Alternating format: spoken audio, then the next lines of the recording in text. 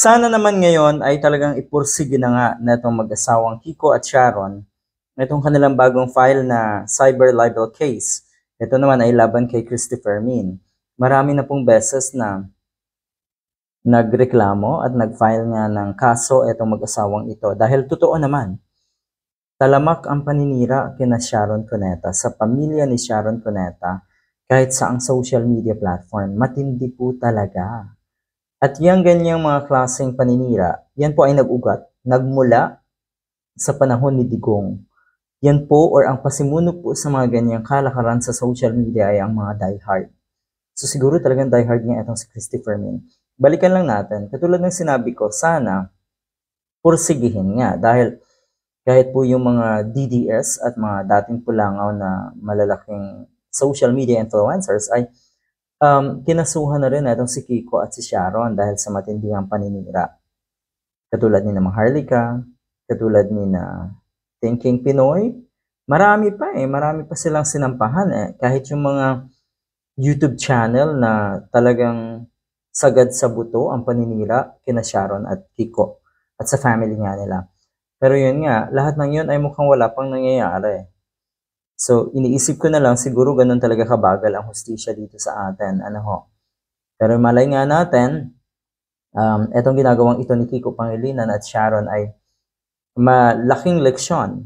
At sana ay matakot yung mga taong sagad sa buto kung manira ng ibang tao.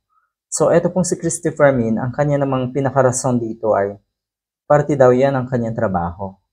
Yun lang. Tignan natin. Fermin has responded to Alonso's lawsuit, defiantly telling her public figures, kayo, huwag masyadong balat sibuyas.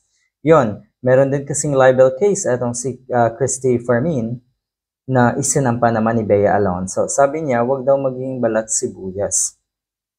Lahat kasi may limitasyon.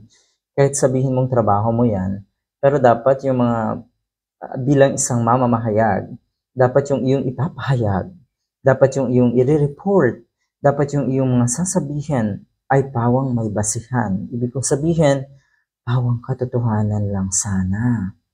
Dahil kung yan ay lahat ay katotohanan yung mga sinasabi mo, ngayon hindi ka ngangangal-ngal dahil sa kaba sa dami ng cyber libel complaint na meron ka.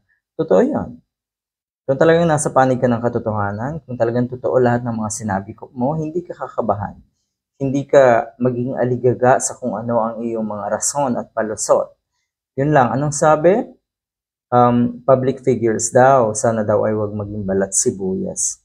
Yung mga napapanood at nababasa ko na mga komento ni Christopher Min sa kanyang mga programa, hindi po talaga pwedeng i-apply dito yung, uy, balat sibuyas mo naman. Hindi talagang paninira Talagang walang katotohanan, talagang walang basihan, kalimitan.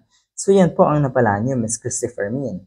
Ito na, Kiko and Sharon file cyber libel case versus Fermin.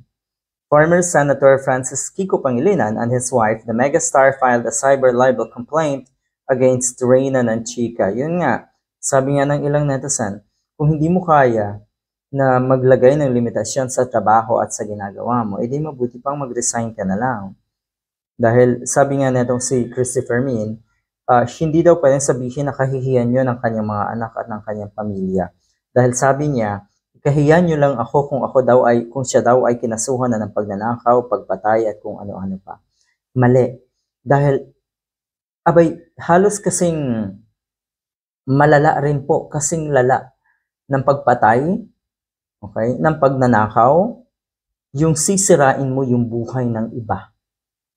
Yung sisirain mo sa paraan na below the belt na yung banat mo. At syempre nga, puro na kasinungalingan ang lumalabas sa bibig mo tungkol sa ibang tao. Mas matindi pa nga yun kung tutuusin Mas matindi pa yun kung tutuusin. Dahil yung binabanatan mo ay wala namang kasalanan sa'yo. Kung sakali man na may pinatay ka, baka may kasalanan sa'yo yon. Kaya ganun ang ginawa mo. Kung sakali man na nagnakaw ka, baka sobrang tindi ng pangangailangan mo, kaya nagawa mo yan. Pero ito mga katulad ni Sharon Cuneta, sabihin na natin, kung hindi porke trabaho mo yan, hindi mo na kayang maglagay ng limitasyon sa mga sinasabi mo. Dahil, nako po, sabihin ko sa iyo, mas kahiya-hiya. Ibig kong sabihin, huwag mong idamay yung mga mamamahayag na alam ang kanilang trabaho, alam ang kanilang limitasyon, at kahit papano ay ginagalang yung kanilang propesyon. Dahil sa ganitong punto, mukhang hindi na ginagalang ni Christopher Min ang kanyang propesyon na isa ko ng mamamahayag. Dahil hindi na po pagpapahayag ang sinasabi or ang gawain na si Christopher Min. Ang trabaho niya ay simple manira na lang ng ibang kapwa na ayaw niya.